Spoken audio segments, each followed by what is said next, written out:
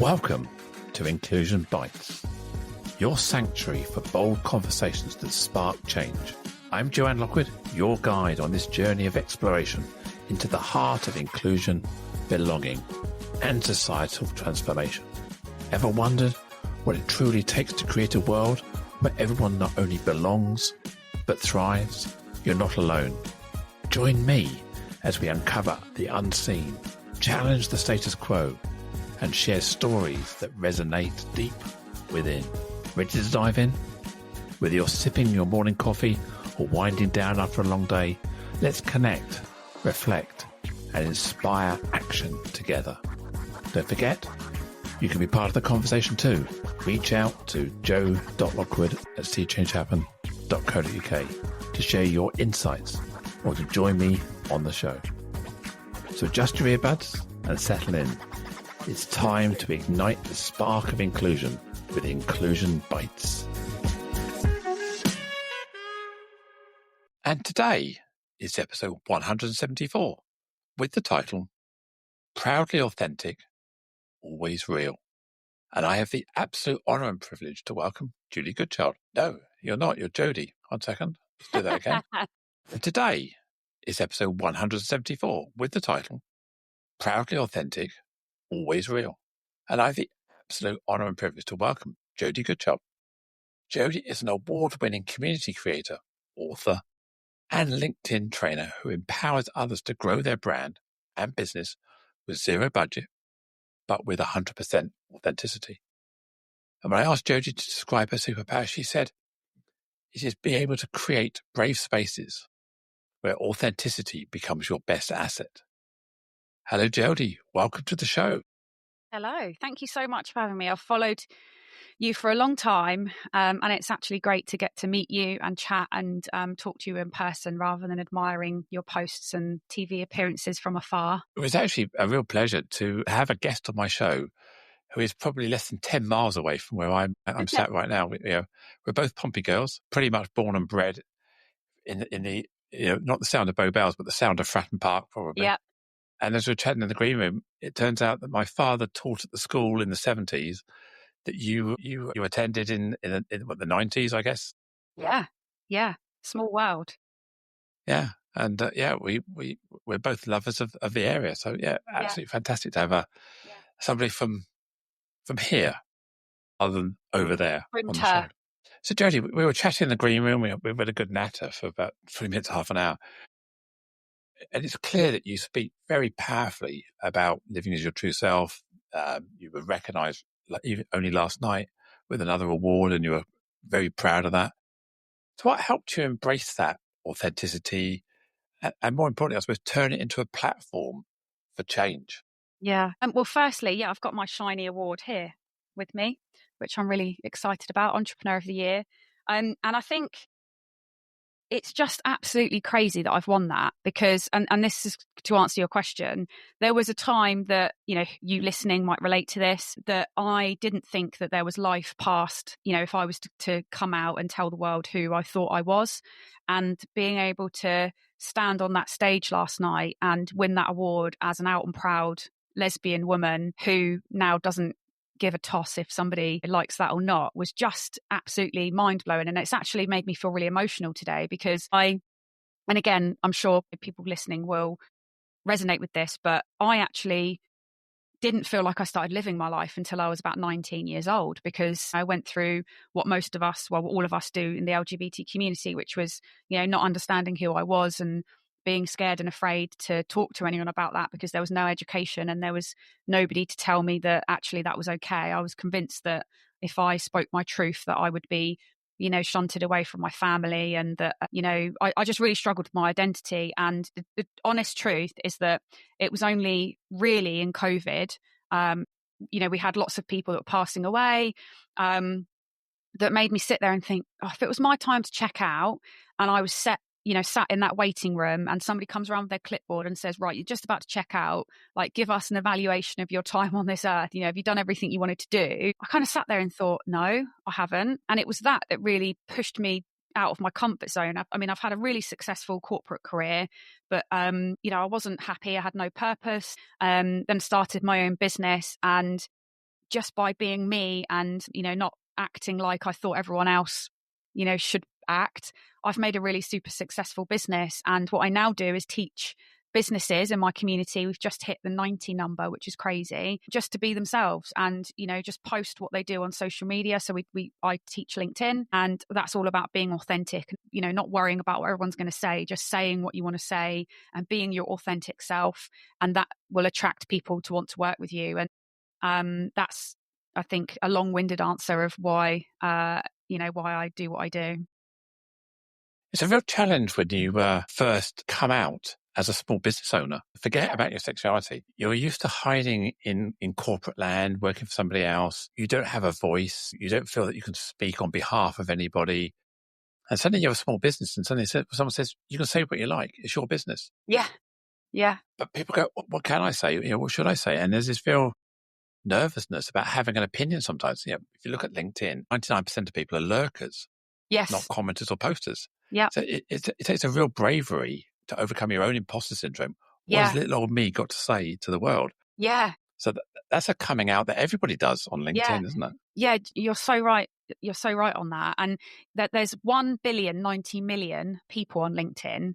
And the stat is that whilst 3 to 4% of those are active, they might use it, only 1 to 2% of those people actually post.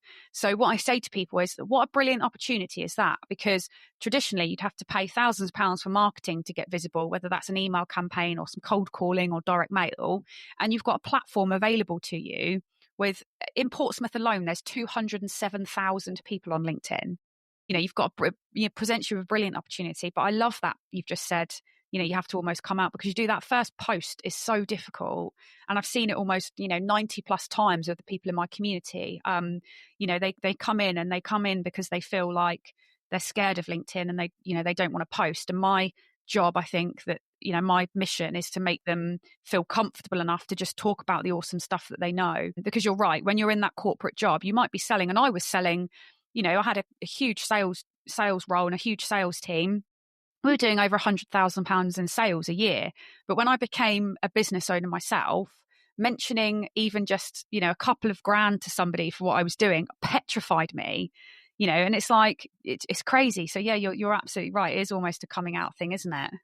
Hadn't thought of that. It is, yeah. And I look at my own journey on LinkedIn. I used to run an IT company based in the Portsmouth area, and I set up on my own, and I was lurking like everybody else. I thought, well, what can I say? Because if I upset somebody by saying something they disagree with, then you have to sort of say, well, actually, forget about who you upset, but think about who you engage. Yeah. And there's a great quote, if you remember the broadcaster, Chris Evans. He said, you've got to be Marmite. Half the audience have got to love you, and half the audience have got to hate you. Yeah. Because then you stand for something. You do. If you stand for nothing, nobody's engaged. Yeah. So find that polarization and challenge people to think. That's what we want to do, isn't it?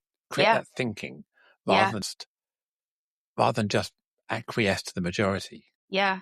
Yeah. Be a I watched disruptor. a really cool video actually this week. Do you know Florence Given? You've probably heard of No, not come across. No. Brilliant, amazing author, writes some really awesome books for women. So definitely check her out. But I stumbled upon her TikTok this week, and I ended up in a good TikTok hole, because you can get into the bad ones of, getting sucked into all the bad stuff. But this was a good one. And she was saying, when you're getting that nervousness to do something and you hear that voice in your head that goes, I can't say that, stop for a second and actually try and think about who you're thinking about is going to say something. Who is that person that you're thinking, oh, if I post that, they are going to, who is that person? And she literally just says, stick your middle finger up at them and do it anyway, because they're controlling you and they own you, and don't let them do that. And I absolutely love that. And she's got some brilliant TikToks. So definitely go check her out, because I sat there and there was one of them that I've now committed to watching every day, because it just, when something really fires you up, and I'll send it to you, and I put it in my community, and everyone's like, oh God, that's brilliant. I need to watch that every day. But yeah, you just need to think about who it is that's making you feel that way, and just, stick your middle finger up to them and do it anyway. Yeah, I stumbled across the Australian, I guess, polymath, Tim Minchin, and I watched some of his YouTubes, and I was really transfixed by his, first of all, what got me onto it was his honorary doctorate acceptance speech in the University of Australia somewhere. And I watched it and thought, blimey, this guy's got some real insight that I resonate with. And I started going down that rabbit hole on YouTube, watching all of his material. And I'm now a Tim fan. He's absolutely, he's got those wild eyes, bit of eyeliner he wears, crazy hair. Yeah. But he just cuts through the BS. And you say that middle finger. And I keep this, if you listen to this, I've got a jar of fucks, actually. And so I know I've only got so many I want to give away before I run out. So, care about what you care about. Yeah. But know when to stick the middle finger up and say, your opinion doesn't matter to me. And I guess you had that experience, again, when you had that epiphany where you have to have that opinion when you come out as queer or LGBTQIA+. You have to get to that point where you can put that middle finger up, haven't you? You do. Yeah, you do. And then I think there's a certain amount of, I don't know if maybe power is the right word, but when you've been scared of doing something for so long and you fear the other side of the thing and then you do it, and it's not easy straight away, but then you kind of think, well, if I could do that and I thought there was nothing on the other side of that, like what else could I do? And I say this all the time, like LGBTQ+, we are a community of the most resilient and hardworking people you'll ever meet because we've been through it and we are tough. You won't find more, stronger people than our community. And I love that. Yeah. Again, I cast my mind back 10 years when I first transitioned, came out, was open, whatever phrase you like to use. And at that line you have to cross, it feels like a chasm. It does. It feels like a cliff edge.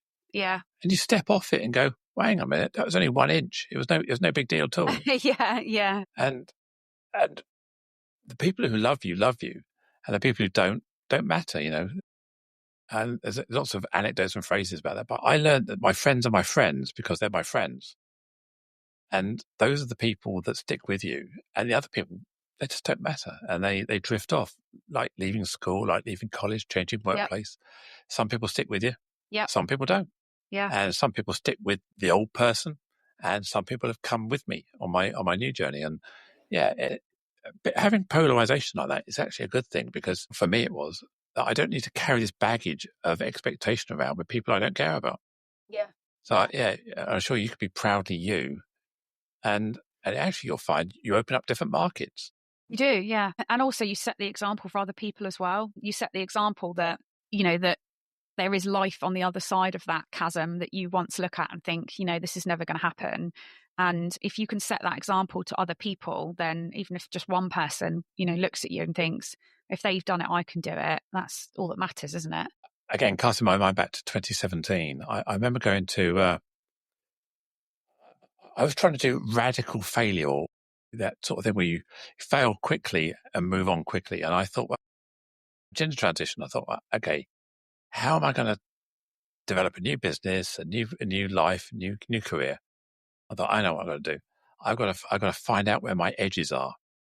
So I started going to all these networking events in Portsmouth. I went to Eventbrite. I joined Startup Disruptors at the Customs House at Gunwharf, went there for a few times, met some of the people at Helpern House and those sort of communities. And I thought I got wind of this female entrepreneurs network evening at the Purple Door at the university. And I turned up there, thought, okay, if I can get away with going to the female entrepreneurs network, I can get away with anything. So I walked in there thinking, someone's going to have a go at me. Someone's going to out me. Someone's going to drum me out of the room saying, you're not a real woman. You get out of here. And at the end of it, all I got was curiosity, warmth, love, and support for everyone. I thought, and it's just those little testing moments that you take yourself for a little test drive every so often and go, that worked. Then you realize that fear is just this thing that you make up, these lies you tell yourself. Yeah. And also that there's people that aren't against you. They just need educating because they don't understand things. And then you have a conversation with them and they're like, yeah, actually that makes sense. And it's nice to be able to challenge that and go out and educate people and make them, become a safe person in a safe space for other people to go into. Yeah. So you mentioned the word authenticity or authentic quite a few times, and people sometimes confuse that word with being my obnoxious authentic self. So how do we toe that line between sanitizing ourselves enough to be socially acceptable, but not compromising our ideals as well? That's a really good question. and we've spoken about this. I think that the way that we look at it is that it's absolutely acceptable to be you, and you will have, like we've just said, you will have differing opinions. If you're not, getting people to say the opposite, then you're not doing it right. It is like Marmite. People either love it or hate it. But the way that I say this to people in my community is, if you wouldn't say it in an office environment, probably don't say it on a social media platform, because there is a line there of some things that are acceptable to say and have an opinion on, and then there's things that wouldn't be acceptable to say, and you do have to be careful with that. But most of the things that people want to share are about their journeys, or how they started their businesses, and all of that kind of great stuff is being authentic. It's not speaking in a voice. We go on LinkedIn and we see people like Richard Branson, you see the Stephen Bartlett's of the world, the Daniel Priestleys, and you think, oh, I need to speak in a particular tone on here, and you see those posts that go up that say exciting announcement alert. And what I say to people in my community is, if you wouldn't go up to somebody at a networking event, and before you've even introduced yourself, go, exciting announcement alert, because they'd go, are you okay? That's a bit weird.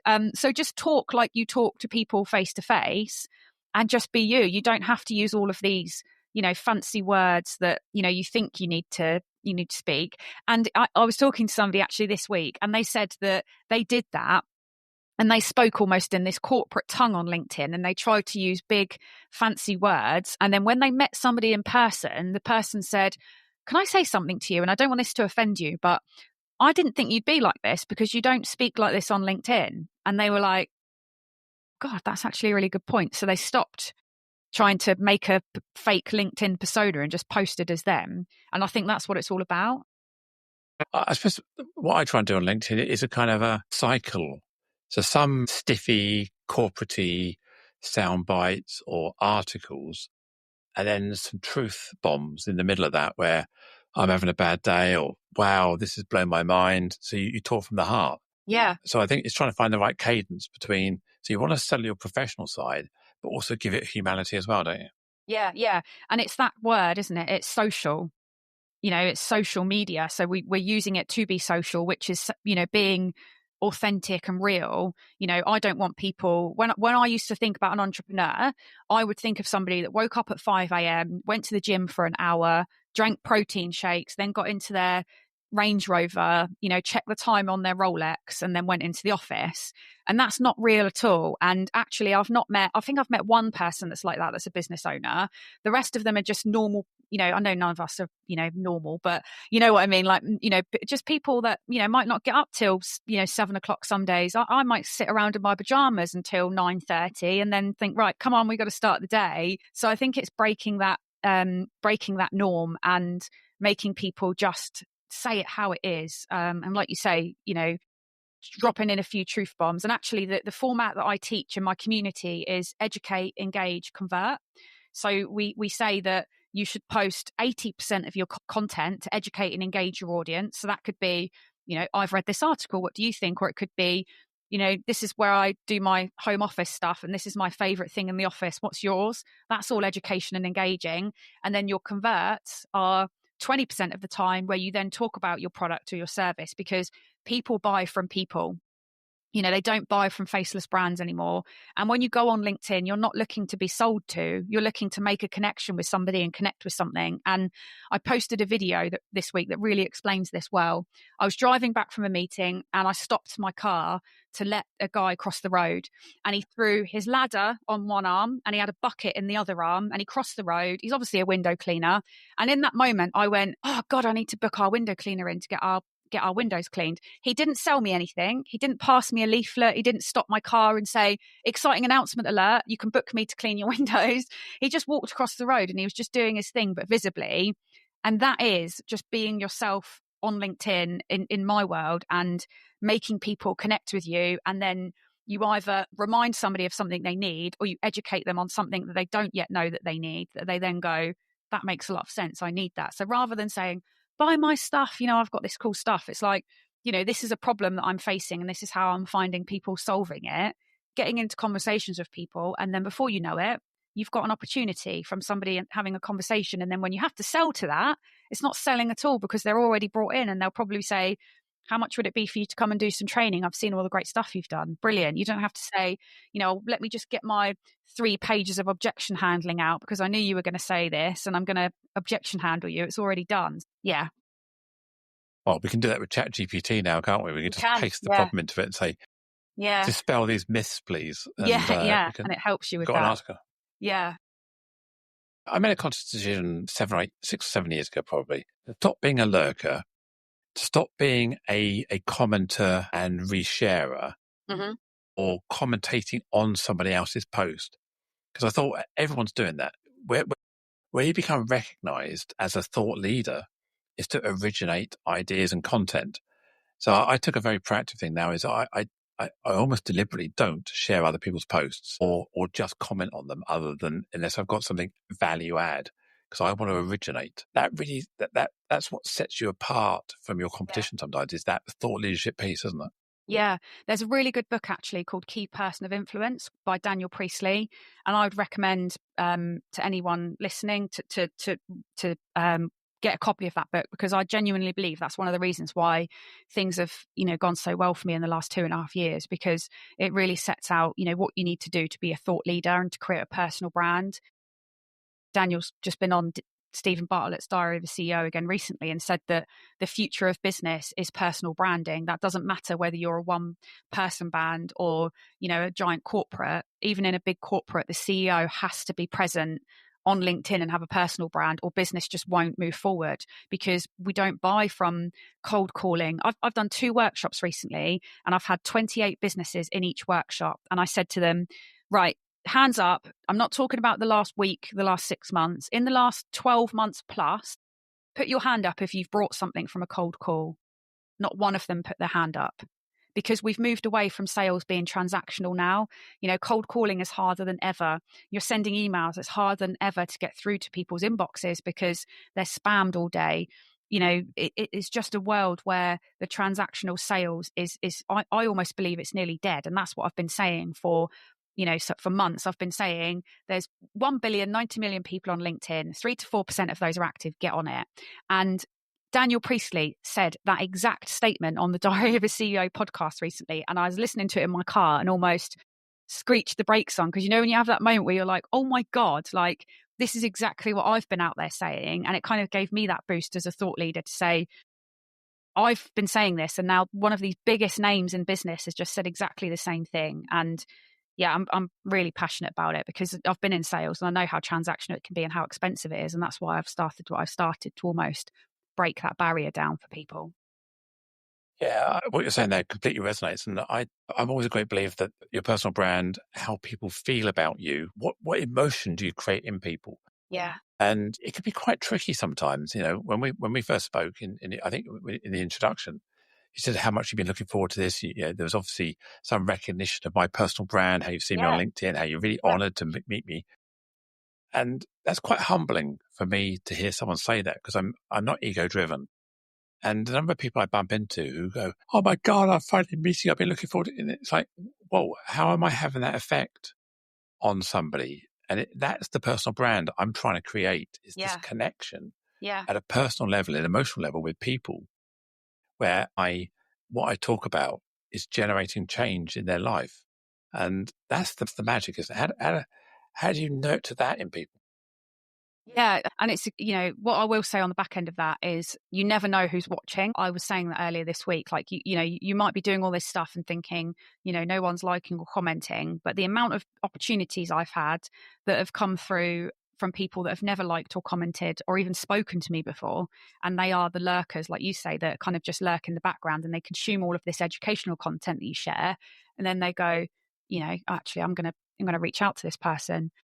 So the question that you asked was, how do you nurture somebody to just be themselves? The idea of my community, I was going out and I was doing networking events, as you've mentioned you did. I was probably doing 2 of them a month, maybe 3, and they cost me about £15 a time. I was probably spending close to £50 a month on doing networking events. And when I kind of went to them, I'd get a good social buzz from them, because I felt like I'd been around people. And as a small business owner, it's just, when it's just you and your partner at home, and you'll resonate with that as well, it can get a bit lonely, and you need to be around people. I used to work in an office where I had a department of 70 people. And when I wanted a little chat or a mess about, I could go to one of their desks and do that. But when you're at home, there's only so much you can annoy your girlfriend before she tells you to leave the house. So I was going to these networking events and I was really enjoying them. I was meeting some people, but actually all I was really getting from those were a coffee and a chat. So I actually stopped looking at them as something that was helping my business and more of a social. But it made me realize there was a gap in the market. In Portsmouth, every year we lose 900 businesses. 900 businesses go under a year, which is crazy. And I was thinking, well, there's all these people here that are, that are doing their own thing. And why are we losing those 900? And I thought, well, if we did a networking group where we could network and still meet people and get that social element, but then a part of that was actually educational, where those businesses could learn something really tangible that they could then take away to help them grow their business, that would be really helpful. So I came up with this idea, did some research, and that was what I created. So I created a community of people that meet once a month to network, but they know that an hour and a half of that time is dedicated to them learning how to grow their business. So when we meet, we do, we check in, and we're a bit like a family now because it's a community. Everyone knows everyone. So we'll catch up, and it's not a, who are you, what are you doing? It's how's that project going that you're working on? Did you close that deal you were talking about?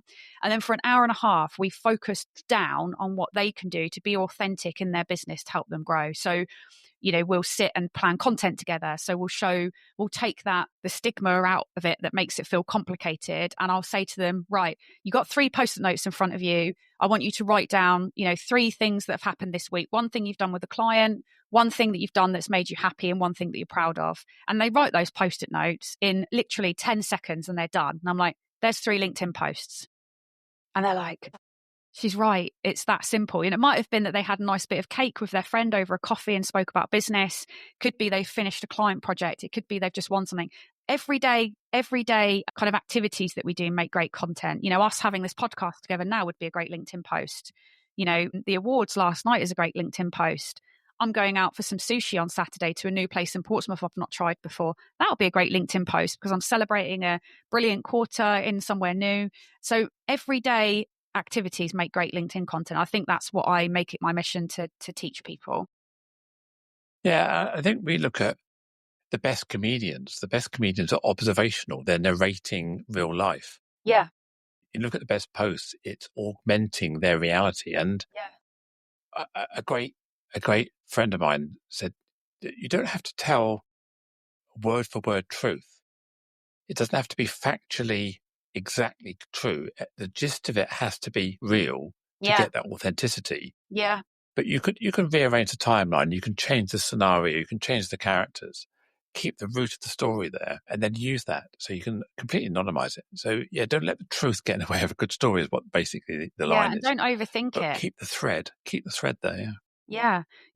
Another thing I was saying earlier this week or last week was that my generation were a generation of people that went out with a real camera attached to their wrist, and we'd take probably 40 plus photos on a night out. There'd probably be 2 decent ones in amongst that.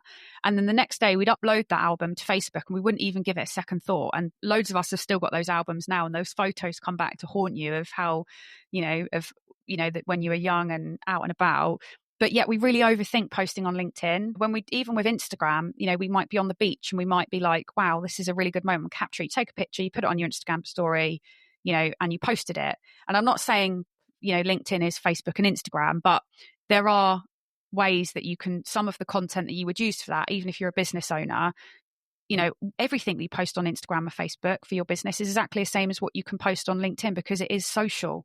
It's a social media, and without that, it's not social. So it's important to treat it like how you'd be chatting to people that you know and what conversations you'd be getting involved in. But yeah, the biggest challenge I find people have is the overthinking and the worrying about, well, no one's going to care about what little old me's got to say. And in fact, one of my best stories that I love is there's a lady in my community called Bev, and she runs a company called Frank HR. When I met her in October, she said, Jodie, no one is going to want to hear me talking about HR. It's such a boring subject. And fast forward to now, she's had over 1 million impressions on LinkedIn. She's literally like, but because she talks like a normal person about HR. HR is really complicated, but Bev just talks about it in a normal way, and it's really resonated with people. And she's now out and about. People are going, "Oh, you're Bev from Frank HR. I keep seeing you on LinkedIn," and she's got loads of new business from it, and it's brilliant. And it's just that's what I love. In the last 7 weeks, we've had 151 new business opportunities in our community, and that's only from 50 businesses that are submitting their weekly check-ins that we do. And they are bits of I say business, I should say leads. So they are people that are commenting on their post or dropping them a message to say, can I find out more about this? Or coming in the DM saying, I saw that post, I'd love to find out a little bit more about how that works. That's the magic of being visible. If you think about that, we're nearly at 700. When I looked yesterday, we're nearly at 700,000 impressions from those in the community. If you were to pay for traditional marketing to get that kind of visibility, it would cost you at that point, probably would have cost, thousands and thousands and thousands of pounds. But the members of my community pay $29.99 a month, and they can cancel whenever they like. And it's something that's there to make people feel safe, have others to talk to, connect with people who are on the same journey, and just be visible. That's what it's all about, being visible so that people can see you're there and they can buy your stuff. Because if nobody can see you, they can't buy from you. You've not got a lead generation problem, you've got a visibility problem. I like that. Yeah, visibility problem. And that's what it is. And another great friend of mine, Penny Haslam, wrote a book called How to Be a Little Bit Famous. And Penny was the face of Weight Watchers for a while. She's also a TV news presenter for a while. And I always talk about Penny's book, and she has this acronym, pIE. And sorry, Penny, I can't remember what the P and the I stand for because I always talk about the E. The E is exposure. So P is probably product. Yeah. So you've got the best product in the world. You polish it, you treasure it, you nurture it. And you go, wow, everyone's going to love my product. But if no one hears about it, they can't do anything about it. So the exposure element is the critical thing. And so how do you showcase your wares? Yeah. My mantra is always give away your best stuff for free. Yeah, agreed. I go back to, so I was brought up in an era where people were pirating music on MP3s, on Napster, illegal copyright downloads. And it changed the market from being one that revenue was generated from albums and CDs and vinyl to one that was generated by live appearances. Because if you pirate my stuff, you download all my content, which I put freely on YouTube on my website. If you download that, you're going to go, wow, I love Joe's stuff. I'm going to keep following Joe. And then one day you think, oh, I can go and see Joe live. And then all I have to do is play my greatest hits on stage. Because people go, oh, yeah, she did this bit. Oh, she did that bit. Yeah. Nobody wants to hear your new material for the first time. They want to hear the old stuff. Yeah. So it's about that exposure, giving away stuff, being generous, being altruistic, giving, you expect nothing in return. Yeah. And then people warm to that generosity, don't they? They do. And there's an interesting stat that it takes 8 to 11 interactions with somebody to build trust before they'll buy from you. And I read that and I kind of thought that's really interesting, but how is that true? And actually, when we started tracking results in the community, so we look at the volume of impressions, which is the amount of people that are seeing your posts. We look at leads generated and amount of posts made. We've actually seen that in the community from those that we've got posting their authentic kind of content, it takes between 6 to 8 posts for them to get one lead generated, which is pretty cool. And it's because they're not saying 8 times, buy my stuff, buy my stuff, buy my stuff. They're being human, authentic. They're sharing what they're up to and what they're doing for clients. And because people can then see a client commenting, going, oh yeah, that was brilliant. I'm so glad we worked together. You were excellent. I loved working with you. They then convert. And I think we've also moved away from that time where so many people would, oh, you can't mention that client we've got because we don't want anyone else finding out about it.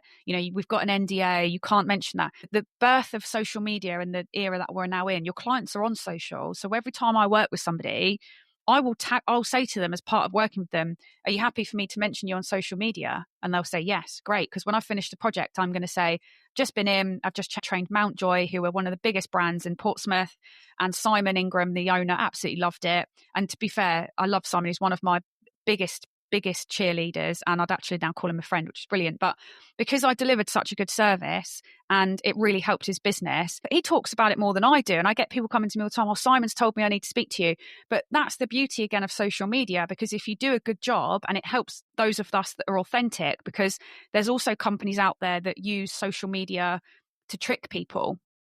there's, the social, the personal brand is one that can be, really powerful, but also it can be really scary, because there's people that can build a personal brand that actually are dangerous to work with for, many reasons, or they might be building a personal brand for the wrong reasons, and you buy into them and you think, oh, they're really safe and I've seen what they do, and then you give them your money, but actually they can't walk the walk, they can just talk the talk, and then you've lost it. So I think it's really important to, when you're doing social media, to also, get those clients happy to, mention their names and tag them in, because then people can see your clients going, yeah, that was brilliant, I loved it, you've just had this session. And I think that really changes the social proofing, I think that's the word, for your business. How do you stop your brand or your public persona becoming too big? And let me explain what I mean by that. Yeah. So I was speaking on stage at an event at the Excel in London last week. And one of the keynoters there before me was Deborah Meaden. Wow. And you'd think Deborah Meaden, big dragon celebrity, her fierce persona that she shows on Dragon's Den. And she did a fireside chat. And I just thought, wow, what a wonderful lady. What real down-to-earth conversation it was. So I was probably went in there with a bit of sort of apprehension and scaredness about her brand. You mentioned Stephen Bartlett, you mentioned Daniel Priestley. I've met Daniel Priestley a couple of times, and I'm a big fan of his Score app. That's cool. And use that. And I've had people come up to me and go, oh, Joe, I'm so honoured you want to speak to me, or you'd never lower yourself to have a conversation. And if you're not careful, by building too big a brand, you can create this barrier. And it's how do you cut through that barrier to keep yourself real and accessible? That's a really good question. And one thing that I've always done is I've blended my online persona with in-person things. So I will take the time, the people that I build my network with on LinkedIn, I will take time to speak to them in person, so that they know that, the version of me they get online is the same version of me they get, in person, and vice versa. So I'll meet people in person, and then they'll come and add me on LinkedIn. And I think that's just, it then builds a brand where people tell other people that you're the nicest person they've ever met. And then I get people come up to me, and I've got a really cool picture actually of me that somebody captured for me that I had no idea was happening. But there was a lady that had been following me, and a few of her friends had met me and had said, oh, Jodie's like amazing in person, like you should meet her. And this photo captured this moment of this woman just being so thankful. And you can kind of just, it was a real, yeah. So I try and blend the two in. But I can imagine at the moment for me, I'm managing that, but I think as things get bigger, I don't know how that will change. There's other creators, I guess you could call them. I've only just recently admitted that I am an influencer, which is something I didn't want to think for a long time. But I've admitted, I'm trying to influence people for a good reason, so I'm an influencer. But there's people on LinkedIn that have, brag that they've got, 12,000 followers, 30,000 followers, 40,000 followers. How many of those do they actually know? And how many of those are just people they've just randomly added? So my network is smaller, but it's worth more because a lot of those people actually know me and they've met me in person, or we've had a conversation online. So I don't know if I can answer that. I think it's something I'm going to have to keep learning as I grow, I guess. But at the moment, I mean, again, one of the things that took me back last night that I feel really emotional about today is when my name was read out for the award for Entrepreneur of the Year, the amount of people in the room that kind of cheered and screamed, it felt like an out of body experience, but it just reminded me of how well I've done at building my brand. And it was a really humbling moment, actually. And everyone around me seemed to know that it was a given. You're going to win that. You're going to win it. And I was like, oh, yeah, I'm just here for, when they read out my name, it was like, God, this is absolutely insane. And the amount of people that came up to me after, to congratulate me and say, well done, and what you're doing is brilliant, was a real heartwarming experience. And my girlfriend made a good point last night as well when we got in, is that she said they were the people that came up to you to say congratulations because they had the courage to do that. Imagine how many other people were there that wanted to say congratulations but didn't come and speak to you. Like, something to be really proud of. And I'm almost on cloud 9 today, because you know how hard it is being an entrepreneur. And as I say, when you think of the word entrepreneur, I don't feel like I fit in that, but that's exactly what I'm trying to do, is break that mold of showing people that you don't have to look a certain way or act a certain way to do well in life and be successful. Yeah, there's a couple of words that it feels inauthentic to use for yourself. So one of them is entrepreneur. I don't think anyone should call themselves an entrepreneur. People will describe you as one. influencer. Someone else should call you an influencer. Yeah. You shouldn't call yourself That's it. so true. Yeah. And the third one is ally. I don't think you should call yourself an ally. You should other people should call you an ally. Yeah. So that there are words that you live up to Yeah. rather than claim the badge. Yeah, you're right. Yeah, I like that. That's a really good way to put it. One of the things I often say, and I don't apologize for saying it, because the old mantra was, it's not what you know, it's who you know. But I've now evolved that into, it's not what you know, who you know, but it's about who knows you. Yes. And yeah. it may sound quite harsh, but I actually say to people, I don't care who you are if you know who I am. And I don't mean that insincerely, but that's about the influencers, about having that really strong personal brand, is that I don't need you. I don't need your business card. I remember going to BNI meetings and we're always told, don't give away your business card, always collect them so you can control the conversation. I can't control the conversation with 30,000 people on LinkedIn. I've just got to make sure that you know who I am. So when you see me do something, you go, that's Joe, I'll listen. And hopefully then you'll make a personal connection later. But I can't connect with thousands of people. As long as that one individual who's listening right now connects with me, then that's the personal brand effect, if you like. Yeah. I guess I've not thought about that. I guess there's some people that you can build that relationship with and the ones that you can't, going back to those lurkers, like you say, there's people that listen that don't necessarily interact, but I do try to make a relationship of some sorts with people that I meet. And I'm on the volunteer team for LinkedIn Local Portsmouth as well. And when I do the name badges, some of the other ladies, they'll laugh because they were like, how do you know everyone? And I don't know how I know everyone because my memory typically outside of work is terrible, but I've got a good knack for being like, oh, there's James. Here you go. Here's your card. And it just makes people feel special. And I think, again, that goes back to, maybe traumas that I've had of coming out and, feeling like I want people to see me for me. So I make that extra little effort to make people feel special when I meet them and remember their name or something about them. And there was a lady that came up to me last night and she went, you probably don't even know who I am. And I was like, of course I know who you are. You're from your own Physiological, right? And she was like, yeah. And I was like, yeah, I know who you are. Like, we've spoken.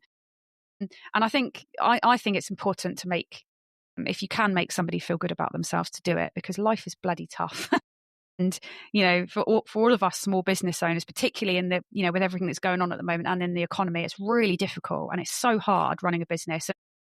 I've had a really good quarter, but it only kind of everything tipped over and, like the last couple of weeks. Before that, I started to panic, and I've got friends that are running businesses that are really struggling and they've not even got sales and marketing experience. And I do sometimes think I'm quite lucky about that because I can, I know what needs to happen when you start talking to somebody and there's an opportunity. So it's tough out there right now, isn't it? It's tough. We've got to all help each other. It is tough. I'm in the DEI space, the HR space, the stuff that's been targeted by presidents across the water, and the DEI is becoming a toxic sector. So it is. And I also earn a lot of money on professional speaking, and budgets are getting tighter as well. So you're right. It is a more considered budget holder now. It's not spending the money the way they used to. So it's a different world, which I suppose comes to some of the subtext of this podcast. It's the inclusion bite. It's the inclusion. How do you and your small business community think about broadening your demographic appeal? Because if you're not careful, you think as a young white woman, and therefore you're trying to attract young white women into your audience. But actually, there's a lot of young black women, a lot older black women. There's people with disability. Yeah. So how do you encourage maybe small business owners in the community to think about the broader impact of their marketing language and who they're appealing to get different sectors, different markets? Yeah, I think naturally for me, because of obviously, my background and coming out, I do think very inclusively. So, and that was the whole reason behind my community, was that I knew there were businesses out there that can't afford marketing, that need to get new clients, and they're in a catch-22 because in order to do marketing, you need money, but in order to, to get leads, you need money. So it's like, you can't do marketing without money, and money makes everything, the world go around. So I wanted to make a space where it made it inclusive for people that had, little to no budget to be able to actually do some marketing that would help them grow their business because of that £900. But I think it's just about the messaging and making it, being cautious about, I was having a conversation yesterday about when you're trying to grow a community, you need to make sure you let the right people in. Because if you grow a broad and diverse community and you let somebody in that has, let's just say I didn't realize and somebody joined that's homophobic, that's, you've got to be cautious of, protecting the community that you've built. And it's actually a challenge that I'm going to have as things start to get bigger. One of the things on my list at the moment is, how can I have more control over who I let in my community without feeling like it makes it inaccessible for the people I want in? So it's a whole new challenge I think I've gotten. Somebody I was talking to yesterday said, well, you could interview people before they join, but then when you're looking to scale something, it kind of almost, there'll be a way around it. But I think it's just, keeping things simple for people and making, using language that, resonates with people, makes them feel comfortable with you, building trust and, chatting with them beforehand to make them feel comfortable. I don't know if that answers the question, but Yeah, as you're talking now, I was thinking it's quite a minefield, because everybody is someone else's weirdo, to quote Scott Adams, and we have our own thoughts, our own lens, our own echo chamber of what we believe is right, and other people have their own lens and echo chamber that they believe is right. yeah, So someone who has a homophobic view for whatever reason has a belief that they're right. They don't think, I'm just going to be a nasty person for the sake of it. yeah, you're Their right. echo chamber is telling them that. So Yeah, when you're trying to build communities and trying to be inclusive, is trying to create a space, a broad church, however you want to describe it, where difference of opinions and perspectives can coexist. Psychological safety is still there, so people can be themselves, they can still bring themselves out, but people understand the barriers and the boundaries of what is free speech and what is accountability of that free speech and the impact it has on others. yeah, So yeah, it's a real tough gig to not to deplatform or disenfranchise people for having a different view, provided that their view doesn't weaponize against people. yeah, yeah. And also just things like people that might join that have a hidden agenda of, great, there's 90 businesses in that community. I could probably sell to 50 of those. I'll join and then I'll try and message each one of them and sell them things. Like, that's also not what we're trying to create. But it is going to be a challenge for me as I grow the community, because by being inclusive, I don't want to then be not inclusive by making it so difficult for people to join, because I want it to be almost a bit of a no-brainer that they know they need to grow their business. They don't have, thousands or hundreds of pounds to do it. So they've got a low, no commitment option that can help them. And yeah, it's one of the things that I really need to kind of consider as we start to get bigger. Conundrum. Yeah, it is. Yeah, people, what you soon learn is people are people. And there's now as queer as focus, I think, is another phrase. Yeah. People will always surprise you by being human. Yeah. And whatever could happen probably will happen. And so, yeah, disputes, conflicts, how you handle that becomes a really important part of it. And Yeah. by being inclusive, you can't exclude. It's trying to find that fine balance. It is. Yeah, it is. So where's the future lay as a recently, I say recently, you're not just out of the cupboard or closet. Where does your life go from here? You feel more empowered. You've got your own business. You're making some great waves. You're building communities. So where's the future going for you? Yeah, it's a really good question. Now, everything that I've done has been about impact. And that's been my word for my business. How can I impact somebody else's business and help them and lift them up?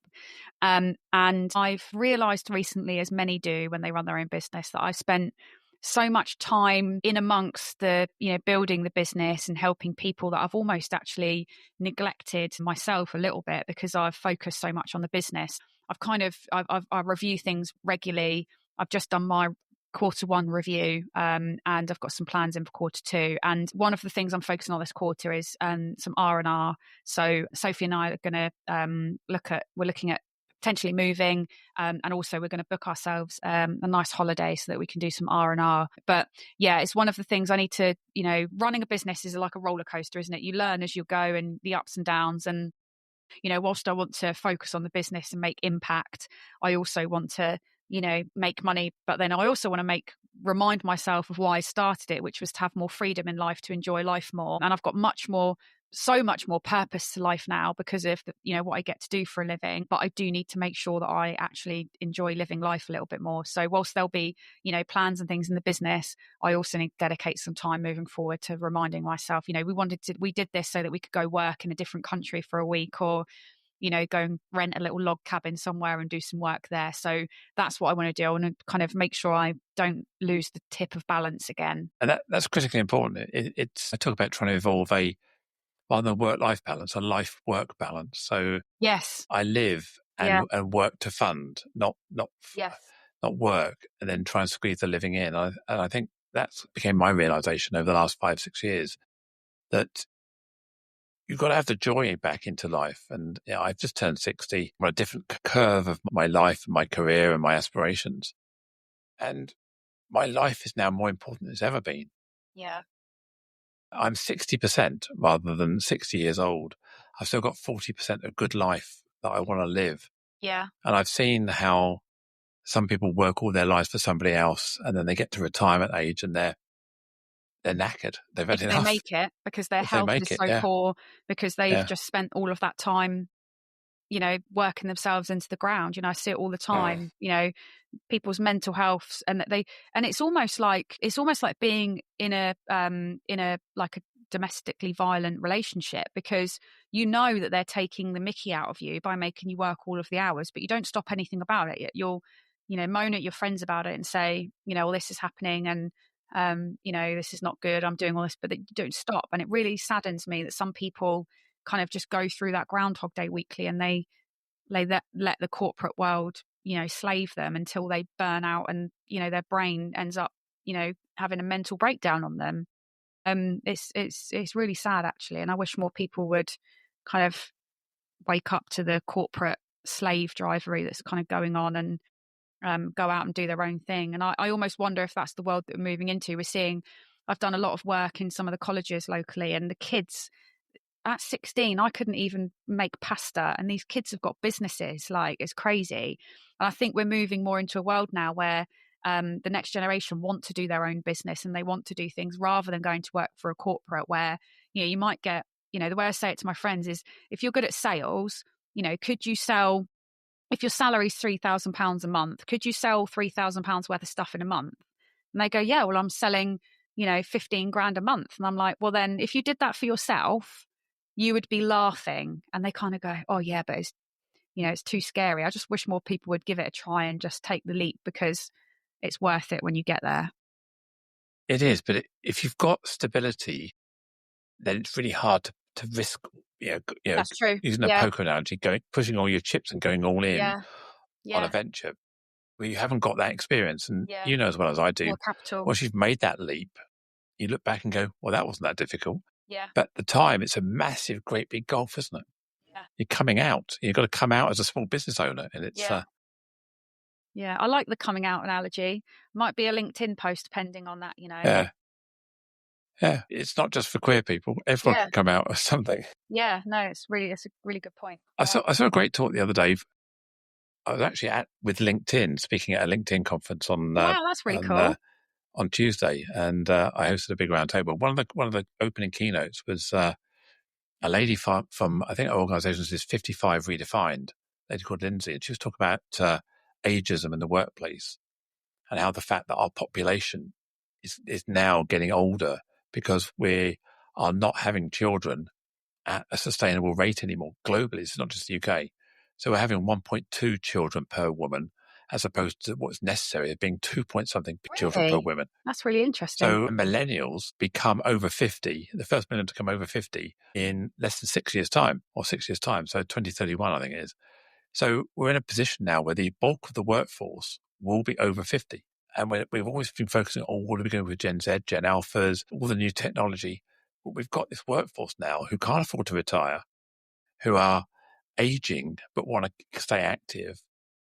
Maybe they haven't been brought up with technology, whereas technology is key. So how do we now get people who are that veterans or classic employees or classic workforce to re-engage? And I see a lot of women entrepreneurs who've been through starting a family. They checked out of the BS of corporate life. Yeah. I went, I don't want to go back to that BS anymore. I want my life-work balance. I want to still look after my family, my children. Yeah. I want to be a great person in the community. And that's why you see many women starting businesses in their 40s and 50s and being very successful at it. So how do we nurture that aging population within our small business communities? Yeah, it's a great question, and you're absolutely right. And I'm thinking of women that I know that have gone through that and that have done that.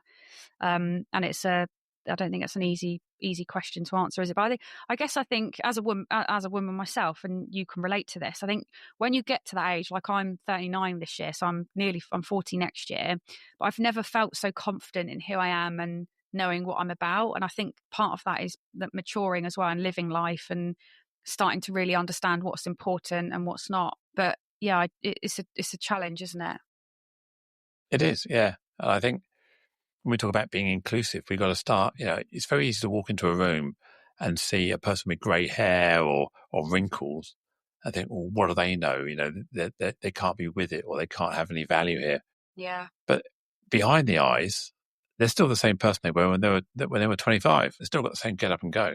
Yeah, and that's actually I was talking to my mum the other day, and I said to her, I was like, I can't believe I'm 39. That means next year I'm going to be 40. And I said, I've got a vivid memory of being in my nan's back garden and my nan telling me that my mum was about to turn 40. And I had an absolute meltdown and started crying because I thought that she was so old that she was going to die soon.